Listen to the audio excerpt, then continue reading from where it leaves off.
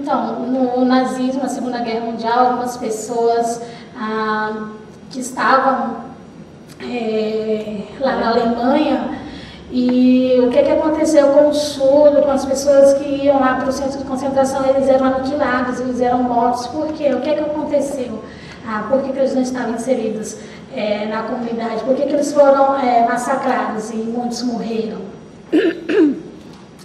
Então, esse laço azul mostrava também com relação à identificação do surdo, tinha também um lacinho verde, a questão dos judeus, né, como eles sofreram. Não foi só os surdos, os judeus também, então eles foram muito massacrados.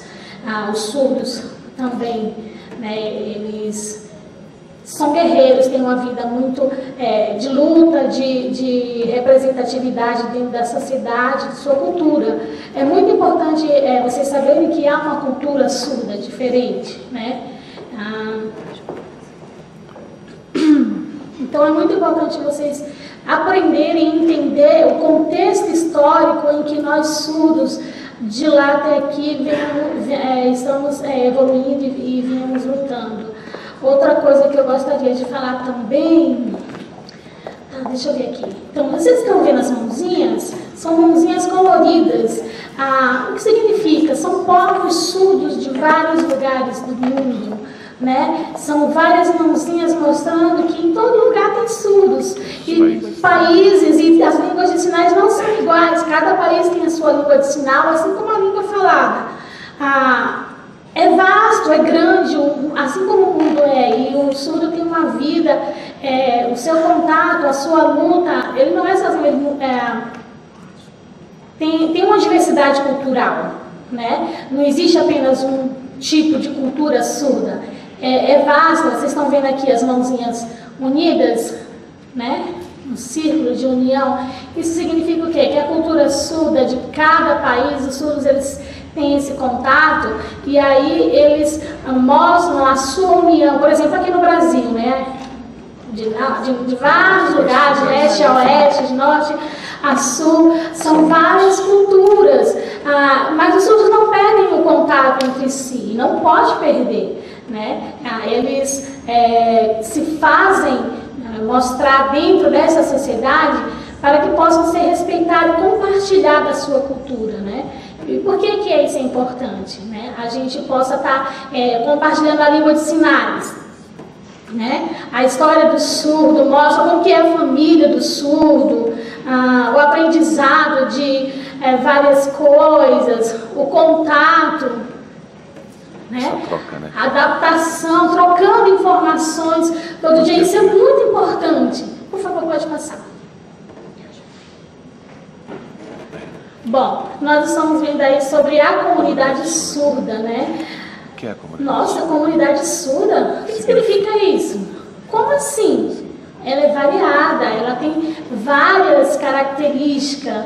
O surdo, ele tem, assim como o ouvinte, né? O surdo também, ele tem essa capacidade, isso é normal de estar se relacionando com o diverso. Tem um intérprete de Libras aqui, ó, que está traduzindo, né, está fazendo a voz. Tem o surdo que se comunica com aquele que é oralizado, tem contato na sociedade, está inserido, ele tem a capacidade de aprender e ele pode estar se desenvolvendo, é livre. Podem vir até a comunidade surda, podem vir até nós não estamos fechados para vocês, né? Mas é necessário que haja também um respeito com a gente, com a comunidade surda, que a gente tem uma capacidade, nós podemos sim nos relacionar. Às vezes nos casamos com ouvinte, às vezes nos casamos só com surdo, é normal, livre, a escolha de cada um. Tem surdo que casa com intérprete, tem surdo que só casa com surdo por causa da Libras. Isso é próprio, é normal a vida de cada um. Esse contato, essa diversidade é muito importante, né? E dentro dessa comunidade a gente aprende que tem várias curiosidades, coisas interessantes, e quando a pessoa está aprendendo a língua de sinais, a troca de sinais regionais, porque assim, às vezes você pensa que a Libras é uma só no Brasil inteiro. Não, tem um regionalismo. tem as características de cada região do surdo, né? Você está vendo aí a FENEIS, a ASP, né? Os tipos de associações que a comunidade surda gosta de se encontrar, de se relacionar, né? Faculdades, grupos de estudo, o surdo está se inserindo na sociedade, ele está podendo ter um espaço, na ASP mesmo, por exemplo, que é uma associação de surdos daqui de São Paulo. Então temos vários esportes, futsal, basquete, tem acessibilidade, tem várias coisas, porque às vezes o surdo não tem só a questão da surdez, tem outras comorbidades, são vários grupos e é muito vasto, é muito grande no nosso país, né? Existem pessoas surdas de várias cores, né? E são pessoas que têm a sua identidade surda muito definida, politizada. Isso é um importante ganho para nós, comunidade surda. Então aí vocês estão vendo os surdos que são esportistas. Por favor, pode passar.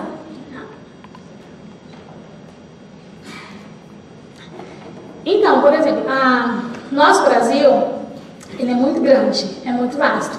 Existem vários países, né? Vamos falando aqui, né? Dentre todos os países, nós estamos falando aqui do Brasil. E os surdos, o que nós podemos ver de diferença, né?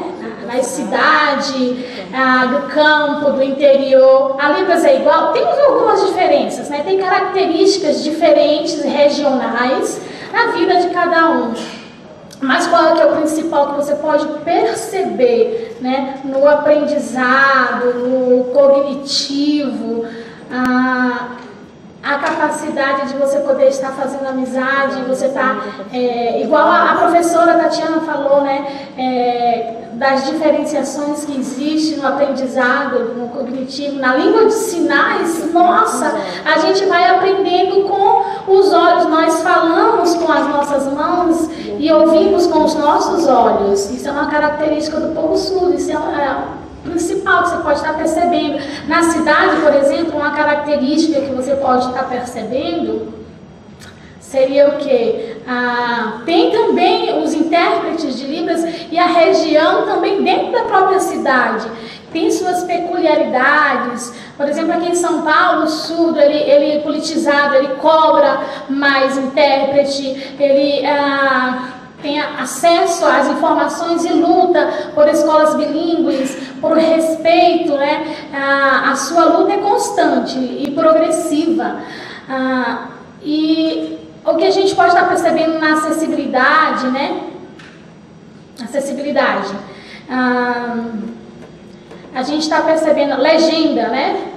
As informações, a língua de sinais, a gente cobra esse tipo de coisa. Na televisão mesmo, a gente luta muito para que haja a acessibilidade na legenda, o closed caption, o intérprete de Libras inserido em várias ramificações da sociedade, é muito importante. A língua de sinais, a língua de sinais, o surdo não é obrigado a ter que falar, a gente pode até falar, mas ele tem a sua própria língua, nós temos a nossa própria língua, que é a Libras. E na história do surdo aqui no Brasil, como que a gente pode estar percebendo a questão da linguagem, né? As dificuldades no passado de acessibilidade, informações. Antigamente não tinha, faltava, né? Nos museus a gente não tinha acesso a isso, não tinha nas escolas próprias, as escolas bilíngues, faltava tudo isso, né? E o surdo vem se desenvolvendo, vem aprendendo a lutar. No interior, então, é muito difícil. Os lugares, antigamente a gente não tinha essa facilidade.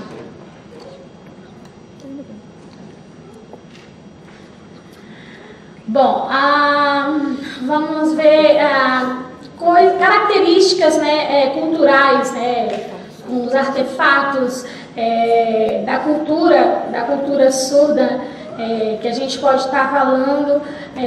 O que seria isso, né? Elementos próprios da cultura surda, né? Vou tentar explicar para vocês aqui. A autora Karen Strobel, ela fala sobre essas peculiaridades da cultura, né, culturais, elementos que o surdo faz uso.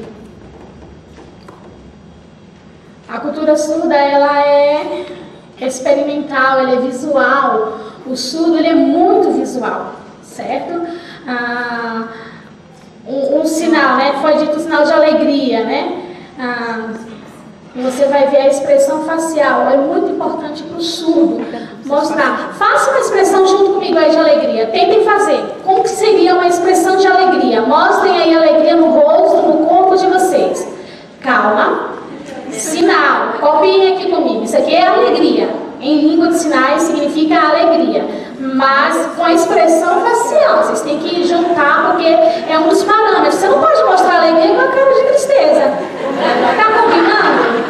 Ou então com cara de desejo. Não há uma combinação, são os parâmetros da língua de sinais, tem que estar totalmente ligado. Vocês entenderam? É uma experiência visual, sinal de triste, você tem que mostrar com o seu rosto, com a expressão facial, tá triste, olha só, ai que tristeza. Não combina. Você tem que mostrar, é muito importante, né, os parâmetros da língua de sinais, raiva. Tá vendo aí as expressões faciais. Como é que você mostra que está com raiva? Tá a flor da pele, sabe? Então eu não tô com raiva. Ai, quando eu tenho raiva, eu sou raivosa. Não. Então, assim, na linguística, na língua de sinais, você tem que juntar todos esses elementos. As pessoas, as crianças que você vai ensinar a língua de sinais, né? A criança surda, a criança visual, então ela vai perceber pela expressão facial do professor, tá, então isso aí significa que ele está com raiva, e ela vai assimilando, vai aumentando seu repertório, seu vocabulário. É assim que funciona na língua de sinais. Que aconteceu, que é muito importante, ela é muito visual. Outro exemplo, na escola, tá? Por exemplo, a criança está sentada, o professor está ensinando em língua de sinais e a criança está lá prestando atenção em língua de sinais. Tá certo, está combinando expressão facial, corporal, tudo se encaixando corretamente, perfeito. Mas aí um exemplo, a expressão facial neutra, zero. O aluno lá, a criança que está aprendendo a língua de sinais numa escola bilíngue, vê assim, mas enfim, o professor está falando, mas não está conseguindo transmitir exatamente o que ele quer dizer com sua expressão facial. Como é que o aluno vai perceber e compreender esses aspectos linguísticos? O aluno vai olhar, ele tem que ser representativo, tem que representar tudo isso, né? Ele vai lembrar das aulas, né? A comunicação. Entendi. Bem assim é que a gente vai passando esses conceitos para a criança, né? O problema maior qual que é?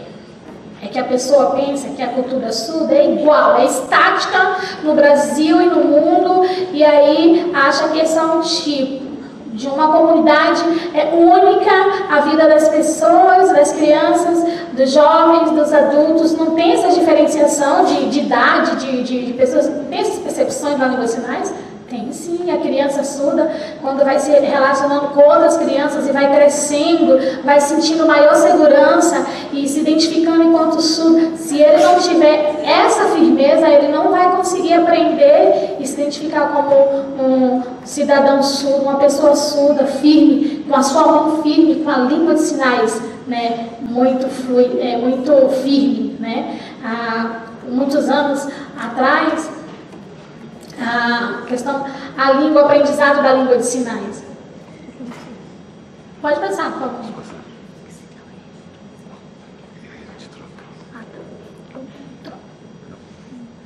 Aconteceu alguma coisa.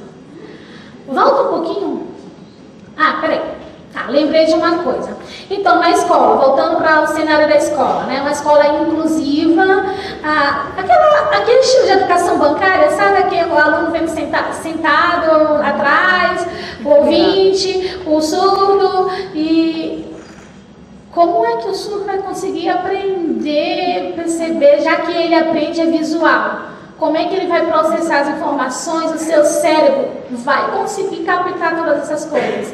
O ideal seria uma sala, né, em semicírculo, né, em forma de U, para que a mão seja solta, a Libras se desenvolva e ele consiga ver, olhar no olho, porque é visual, então quando você olha no olho, você consegue entender, porque senão o aluno está na frente, o colega está vendo a nuca, atrapalha, é complicado, né? Qual que é a cultura que você pode estar dizendo mais importante? Não pode sobressair, não existe essa questão de que a minha cultura é inferior, a sua é superior, né? Uma não pode sobressair a outra. Outros elementos, outros artefatos culturais que a gente pode estar falando, né? A língua de sinais, né? A Libras, ela é algo que pertence à comunidade surda, a forma dele se comunicar, e é algo prioritário, é algo que é intrínseco à comunidade surda. O surdo, ele, no passado, ele era obrigado a olhar para a boca da pessoa ouvinte, do falante, e tentar entender, né? Com o tempo foi se passando, o surdo conseguiu evoluir, a língua de sinais foi liberada e o surdo teve essa capacidade de se comunicar na sua língua, conseguiu avanço e consegue se expressar em respeito. Hoje existem muitas pesquisas na área da linguística e vocês estão vendo aí vários autores nos Estados Unidos. Em 1960, isso, em 1960 teve um estudioso de línguas, Stanko,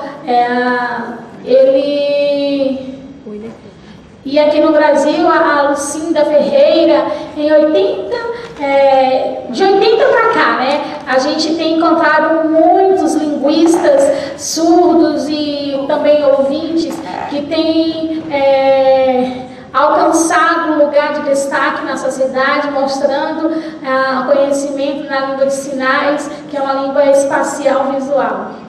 Percebam então, olha aí. São esses autores, né, que são pesquisadores, são linguistas. Então, como eu estava falando, né, são todos pesquisadores linguistas que aprenderam a língua de sinais, professores surdos da Libras, pesquisadores da língua, desenvolveram grandes pesquisas importantes.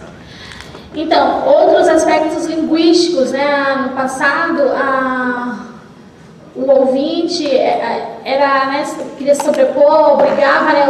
A gente aprende a língua de sinais e aprende também a língua portuguesa, né?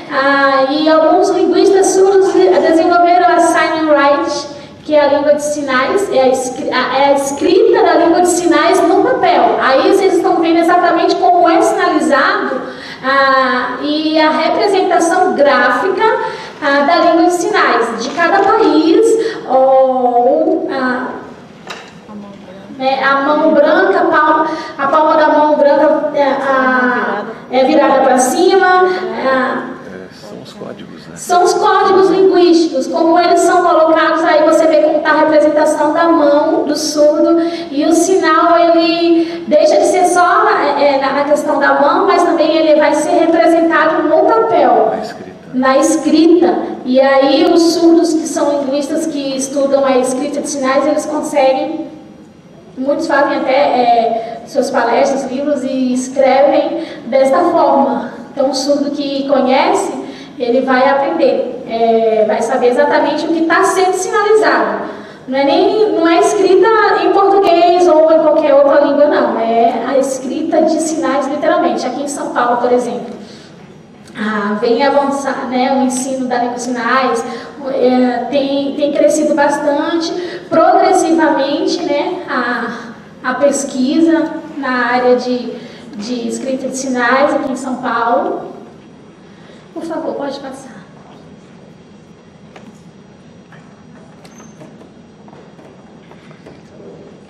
Como se dá a família do surdo, né? O que são coisas importantes para que a cultura surda de fato ela venha, né, passada de geração em geração, né? Algumas famílias são totalmente surdas, né? E aí como que dá o aprendizado da língua de sinais, como que o pai ensina para a língua de sinais o seu filho que é surdo, ou então o filho filho Ekoda, que é filho ouvinte de pais surdos, como é que eles vão aprender, né? Na prática, como que é uma família, uma mamãe, um filho, como que isso é de forma normal, natural, vai acontecendo, ele vai observando o surdo, a angústia do surdo também, quando a família não sabe língua de sinais, né? Tem as diferenças, é claro, né? Se por acaso o filho é surdo, sozinho ele é surdo e alguém da família não sabe a língua de sinais, é muito angustiante, é muito difícil para esse surdo quando a família não se dedica a aprender a sua língua, né? A língua de sinais, e tem apenas a língua oral. É interessante que essa comunicação se dê de forma equilibrada, a língua de sinais e o português falado, para que haja uma comunicação mútua entre eles. Né? O ensino básico, não, para que o surdo ele se desenvolva, ele lembre da sua história, da sua vida, ele tem uma família, e é importante que essa família também, né, haja esse compartilhamento. Como que é o contexto do surdo, né? O dia a dia, né? Isso é importante, esse respeito, né?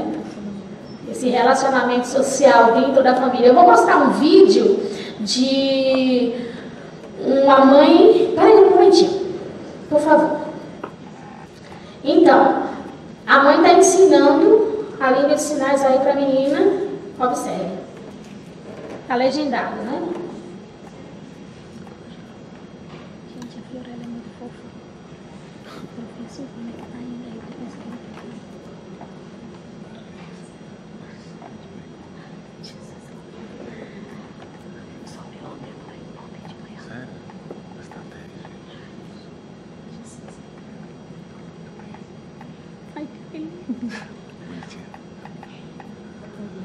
Dá vontade de morder.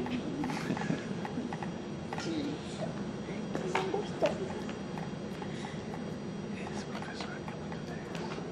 Eu vou pra ele contar a menina que ele ensinou ele ela tá fazendo doutorado. Eu até falei pra Jesus. Ele é professora da Universidade Federal do Bahia. Estratégias pedagógicas para permanecer na universidade. Para só um pouquinho, por favor. Onde para aqui? Isso. Tá, esse vídeo é muito extenso, né? Eu só queria mostrar para vocês entenderem aí como é que se dá o ensinamento da língua de sinais à mãe, usando estratégias de cores, de pintura na menina, para que ela possa ter essa experiência sensorial, né? A mãe está ensinando para que ela perceba como que é a língua de sinais, e a filha surda está entendendo, né? O vídeo mostra a bebezinha, ela sente o que, né? O cheiro, ela vê que é uma cor, e aí essa experiência que ela vai tendo, ela vê a cor, né? É uma cor escura, nossa! E aí a mãe, né, vai ensinando em língua de sinais, olha, isso aí é um marrom, tá vendo? Olha a outra cor aqui, tá vendo? Sentir uma corzinha mais clara, que cor é esta? Aí, é azul, azul claro. Na palma da sua mão, que cor é essa?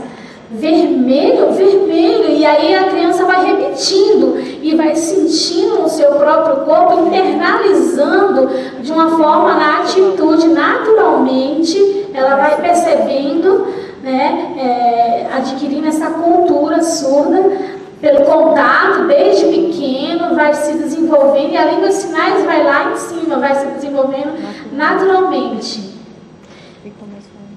Isso é um trabalho de construção social que é gradativo e é contínuo. A criança nasce, não sabe língua de sinais. Você pensa que ela já sabe língua de sinais? Precisa ser. A Libras é uma língua inata, mas ela tem que ser desenvolvida, aprendida com seus aspectos linguísticos, gramaticais, como o português, né?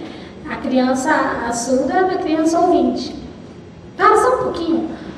Peraí. Não precisa. Bom, a literatura surda, né, a cultura surda, voltando para a literatura surda, o que a gente pode estar percebendo aqui? As crianças, né, elas começam a ler, ver as imagens e vão sinalizando as imagens e aprendendo. Chapeuzinho vermelho, por exemplo. Por que o sinal é esse, Chapeuzinho vermelho? Porque a criança vê a imagem da Chapeuzinho vermelho e ela tem esse capuz. Aquele capuz que é vermelho. Então a criança surda, ela, quando estiver falando, não precisa fazer uma datilologia ou lobo mal. Olha só como é que é a boca. Por quê? A criança vai entendendo, à medida que ela vai fazendo a leitura das imagens, ela percebe e aí ela vai... isso é muito importante, vai assimilando, porque antes os sinais, ela não sabia, não tinha gravado. Se você falar um sinal e não mostrar a imagem, é muito complicado para a criança que está aprendendo língua de sinais, com a expressão corporal e visual, como eu já falei, para a criança internalizar exatamente o que é. Né? É visual, e nós temos uma vasta literatura surda. Hoje nós temos essa possibilidade de trazer isso para as crianças.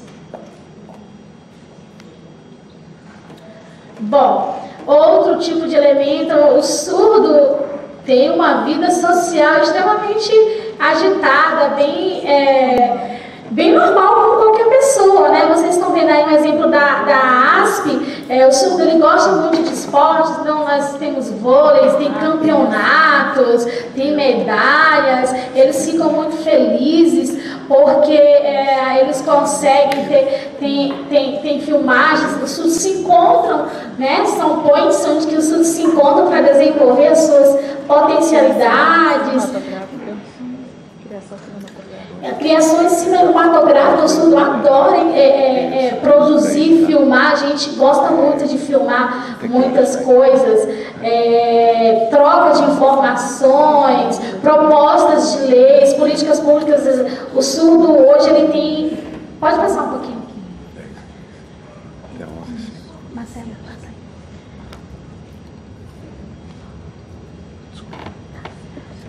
O surdo também, ele gosta muito da arte, é uma área que o surdo ama. A arte não é só pintura, é expressão corporal, é pintura, é teatro. O surdo adora e ele está inserido nesse contexto todo. Isso também faz parte da cultura surda, já que ela é visoespacial, né? Corporal. O que vocês estão vendo aí? O que é que vocês estão vendo aí? É um olho? Certo. É uma mão? É uma representação de um surdo fazendo língua de sinais, fazendo a voz através de suas mãos, porque ele fala através da sua mão. Esse quadro quer dizer que a língua de sinais, o surdo ele ouve com os olhos e ele fala com as suas mãos. É visual.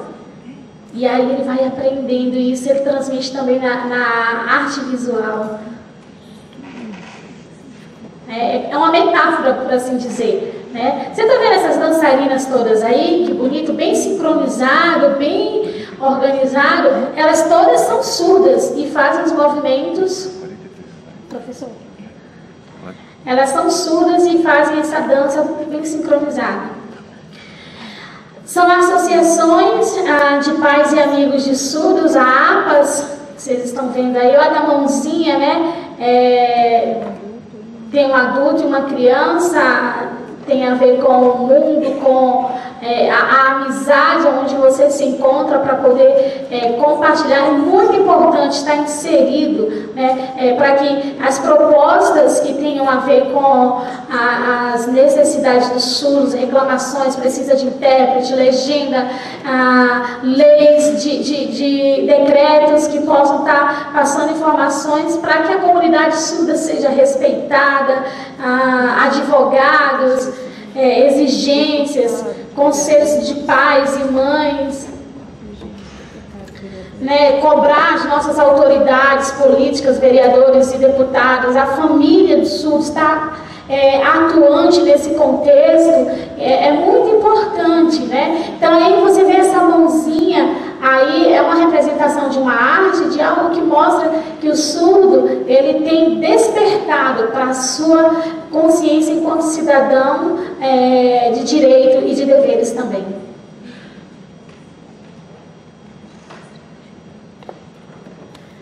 Gente, como eu gosto disso aí, de arte, como eu gosto dessas telas. O que você mostra aí, uma tela de pessoas tristes, sofridas, como se tivessem magoado. A primeira mostra o quê? Um cachorro. Pessoas sentadas em um banco e uma pessoa no chão rastejando, sofrendo, como se fosse a família ouvinte, e o filho surdo se sente como um cachorro jogado no chão quando a família não sabe a língua de sinais. O surdo se sente totalmente desvalorizado, não se sente parte da família, não tem um sentimento de pertencimento, é aprisionado dentro da própria casa, porque tem aquele sentimento do paternalismo, os pais super protegem o surdo, porque é uma representação da angústia que é o surdo quando não tem os seus direitos valorizados da sua língua. É muito difícil o surdo se sente aprisionado dentro da própria casa. Precisa que haja respeito com a nossa comunidade, com a nossa dignidade humana. Tem outra tela aí, uma outra tela mostra como se fosse um rio e as mãos se indo, várias mãos. O que significaria esse rio? A trajetória de sofrimento da história do surdo até que ele conseguisse espaço na sua comunidade. Quantas mágoas o surdo se você for conhecer a fundo, ele tem muita mágoa, muita tristeza, não é mágoa, é tristeza, amargura pelo que fizeram com ele no passado, Em cima nós estamos vendo uma mulher, a surda. Ela está mostrando o que?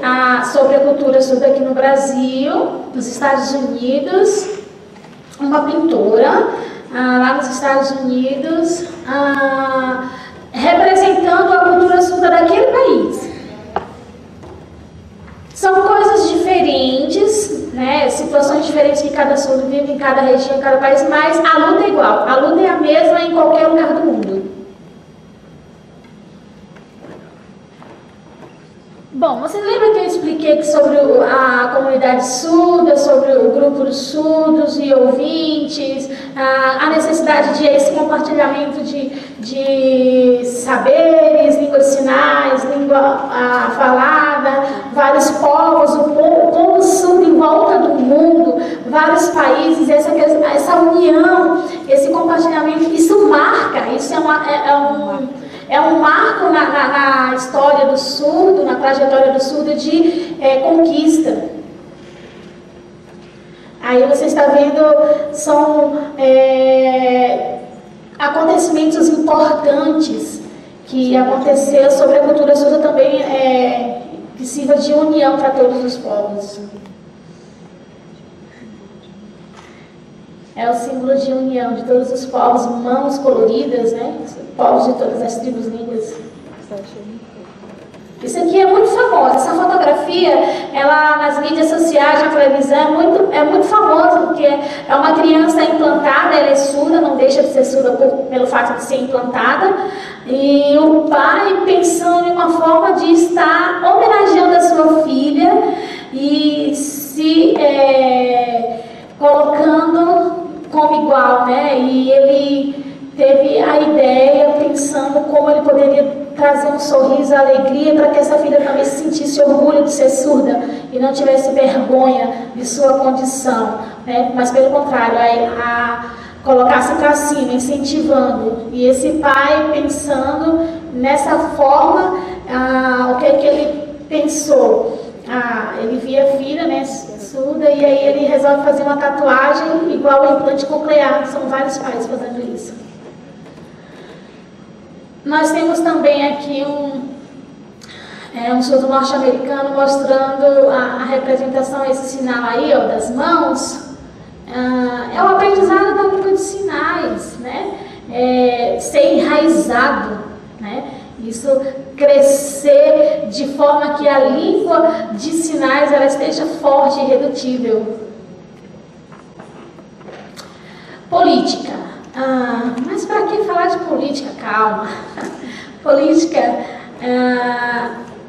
partidária. Não, política no sentido de luta, de prática social, de engajamento social, de atitude da vida do Sul, das pessoas olharem e terem, esse povo tem visibilidade, tem representatividade, manifestações, cobrança, respeito ao estudo da comunidade, o surdo tem direito à escola bilíngue, propostas de lei, porque é a forma do surdo conseguir aprender os conteúdos, o currículo que são ensinados nas escolas por meio da escola bilíngue. Isso é um grande conquista para o surdo. É isso que o surdo quer, que os seus direitos sejam respeitados, que o seu ensinamento, o seu aprendizado se dê de forma como ele conhece, ele consegue aprender na sua língua materna, que é a primeira língua, a língua de sinais, a segunda língua é o português.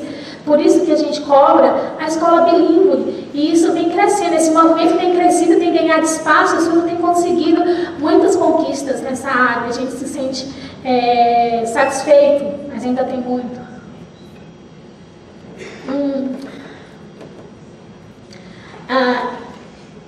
Outra cultura surda aí, sala de aula, as atividades, adaptações no currículo para que o surdo possa aprender. O surdo é visual, então o professor chega na sala de aula e fica só falando, não mostra nada palpável visual para o surdo.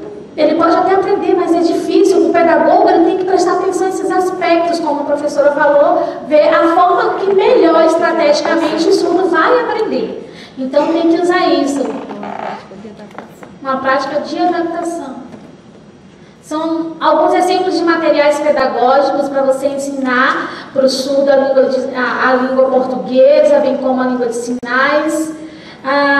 Está em constante construção, não tem nada pronto, está sempre cada dia mais aparecendo mais materiais, pessoas pesquisando, tem que arregaçar as mangas mesmo e pesquisar, tentar idealizar estratégias pedagógicas de ensino para que o surdo possa se relacionar bem e esse conhecimento venha a ser transmitido. São estratégias muito importantes.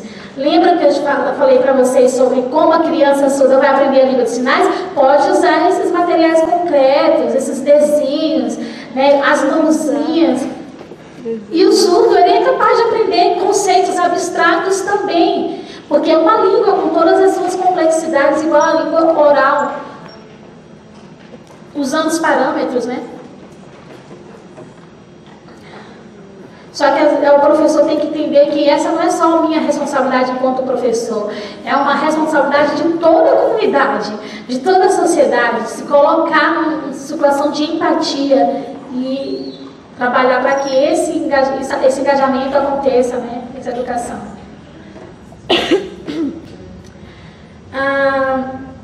A gente está falando aqui do aluno surdo e como perceber a questão. O surdo ele tem várias fases da sua vida que ele pode estar passando por alguns tipos de identidade surda e se perceber como surdo. Você pode estar pensando que todo surdo ele vai pensar da mesma forma, mas existem vários tipos de concepção, de contextualização, como o surdo vai se perceber dentro dessa sociedade, né? Antes, no passado, a gente estava posto que o surdo não podia nem se formar, o professor entendeu, achava que o surdo tinha essa dificuldade, não conseguiria nem apreender conceitos e progredir, né? Mas o que a gente pode estar percebendo é que o surdo ele tem várias, hoje, né, tem várias culturas, ele está inserido em vários grupos diferentes, onde grupos o aceitam como surdo e ele assim, se sente sujeito político, identitário, mas também tem grupos de surdos que não conseguem se perceber e ficam envergonhados e tentam ser ouvintes, ou a sua cultura é mais influenciada pela cultura ouvinte. Tem um probleminha nisso tudo aí. O que a gente pode pensar, o surdo é tadinho, coitado. Então, o surdo que está nessa cultura aí, ele vai querer copiar a cultura ouvinte, e a gente precisa desmistificar essa ideia e tirar isso de que o surdo precisa de cura, porque o surdo não é doente. Essa aí é é uma ideia clínico-patológica, o surdo é socioantropológico, ele tem que se entender como um sujeito, um grupo minoritário dentro da sociedade, lutar por seus direitos. Então, aí você tá falando, o primeiro tipo de identidade surda, né, é aquela identidade política, que é a que eu estou falando, que o surdo é autor de sua história, ele faz história, ele luta por seus direitos, ele não se vê como coitadinho e nem como um doente, deficiente, né? Ele está em sala de aula para aprender e ele vai lutando, ele exige a legenda para tentar ver, mas não necessariamente para ficar mais claro, ficar só falando, não. Ele tem que ter consciência, né, de reclamar dos seus direitos. Essa é a cultura surda política, tá? Ele exige um intérprete de Libras, ele cobra a lei, ele está na sala de aula,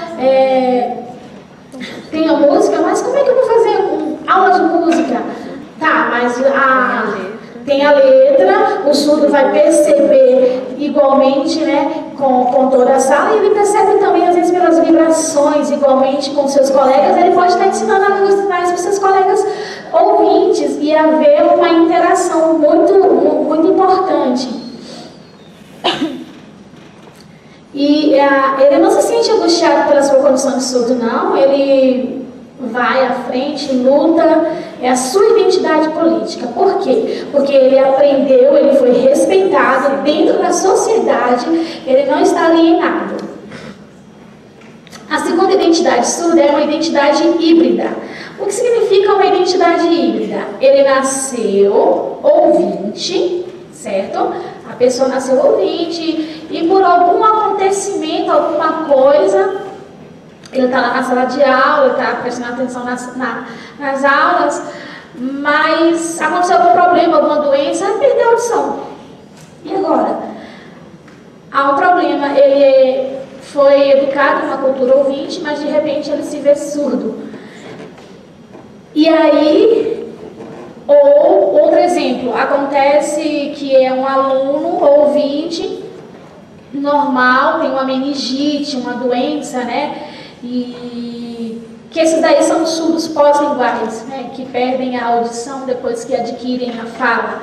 E ele está lá na sala de aula e às vezes a criança cai. Existem várias formas da pessoa perder a sua audição, e aí a identidade híbrida tem duas culturas, né? Ele vai ter que aprender agora a cultura surda, que ele foi criado na cultura ouvinte. A terceira identidade surda é a flutuante. Deixa eu olhar aqui. Flutuante. O surdo, ele oscila entre as duas comunidades, acaba sendo prejudicado porque ele não se vê como surdo, mas ele não é ouvinte, e ele quer usar aparelho de som, quer usar o AASE, que é o aparelho amplificador, usa a oralidade para tentar falar, para tentar se ver como um ouvinte, né? Não quer usar muito a língua de sinais, ele é mais oralizado, e aí quando está com o ouvinte ele quer falar, quando está com o surdo ele quer usar a língua de sinais. Então ele flutua entre essas duas comunidades. Ele entende a língua de sinais, mas ele gosta mais da língua oral para se sentir, porque ele tem um sentimento de inferioridade. Ele entende que a cultura ouvinte é uma cultura superior. A quarta identidade surda é uma identidade embaçada. O que seria isso? Não está muito definido. A pessoa nasce surda, mas ela não sabe, não aceita a língua de sinais. Por consequência, também não fala, mas aprende o português, a oralidade, né, a leitura labial, mas fica muito embaçada a sua identidade. Ele fica olhando para a boca das pessoas, dos seus interlocutores, e não consegue avançar em nenhuma das culturas, né? Ele não consegue achar o seu lugar no espaço, na sociedade. A quinta identidade é uma identidade de transição. Nasceu surdo, ok, tudo bem, mas sua família toda é ouvinte. sociedade, a maioria é ouvinte, ele se sente como sozinho, né, pequeno dentro, né, de uma comunidade inteira inferiorizada, e aí tem outros surdos chamam para que ele possa conhecer a língua de sinais, e isso para ele é uma coisa nova, ele acaba entrando na comunidade surda e aceita isso, diz, nossa, eu estava preso, lembrando até do mito das cavernas, estava preso, esse é meu lugar, eu aceito a língua de sinais, e começam a ver um novo mundo e aprender, nossa, como minha vida antes era difícil, agora com a língua de sinais ficou bem mais fácil, né? Então ele está em transição. Diáspora é a sexta, é a identidade surda. Diáspora seria o que? Uma migração, vamos assim dizer. O surdo, ele está aqui no Brasil e de repente ele tem que se mudar para um outro país, para a China, para o Japão. Um surdo do Japão vem para cá e aí vai para as Américas e tem contato com outros surdos. É bem mais fácil surdos de outros países se comunicarem, né, pela língua de sinais, mas não é igual, tá, gente? Só lembrando. A sétima identidade intermediária, o surdo. Essa identidade surda, ela vai sendo, é uma identidade que é agregada, né? A língua de sinais. Pode passar, estou passando rápido aí por causa do tempo. Estou resumindo bastante, gente. Tá, já estou terminando.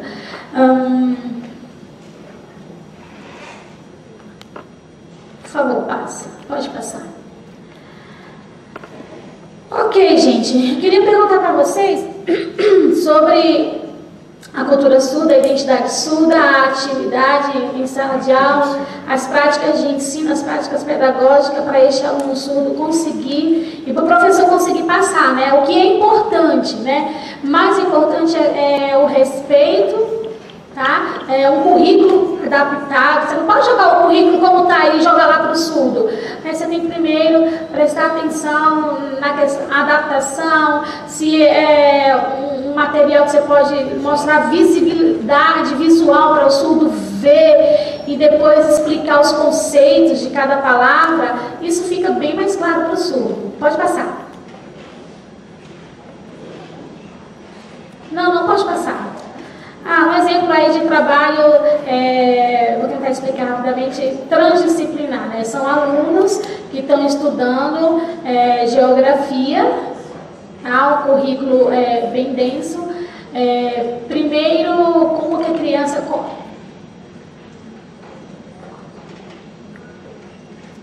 Relevo, né? O assunto é relevo, como que o professor pode estar passando? Palavra em geografia, tá. O professor, ele faz uma representação visual, algo como se fosse uma maquete, e mostra isso de uma forma mais concreta para o surdo aprender. Então, são estratégias. Alunos aprendendo estratégias, aí são fotos de alunos de séries, né, surdos, e fazendo seu trabalho de forma mais concreta, visual. Isso dá um ganho muito grande, importante. O aprendizado é bem mais rico, é uma construção, sabe? Pode passar.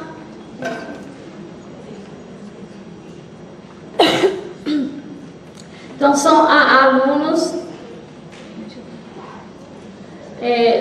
surdos, despertar a curiosidade desse aluno, né, para que ele possa buscar o seu saber, crescer no seu aprendizado e aumentar, né, o seu repertório. Pode passar, estou passando rápido por causa do tempo que está muito curto. Pode passar. São sempre fotos aí de alunos, né? Pode passar. Bom, essa frase, o professor, ele ensina para o seu aluno os conteúdos e às vezes não se preocupa. O que pode acontecer depois daquilo que ele passou, daquele conhecimento transmitido, compartilhamento dos conteúdos?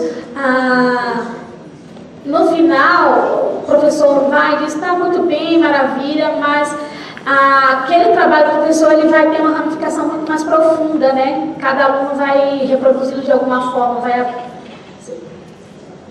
Pode passar, são exemplos aí de alunos surdos aprendendo.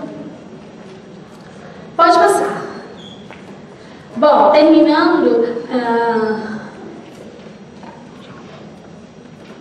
posso ler? Vou ler. Por favor, intérprete, leia.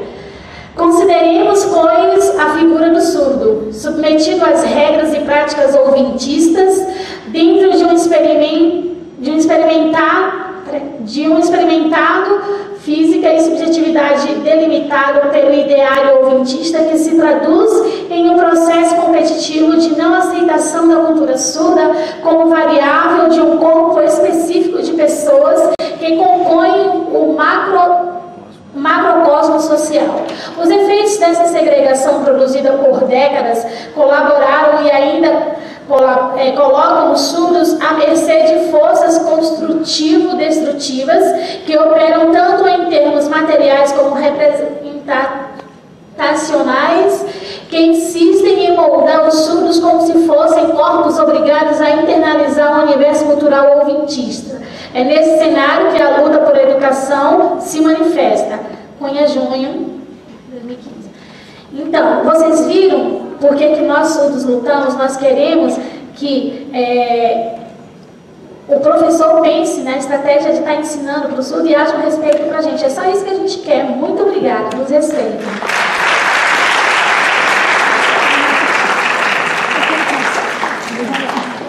Meus parabéns. Não é fácil, né? Não é fácil.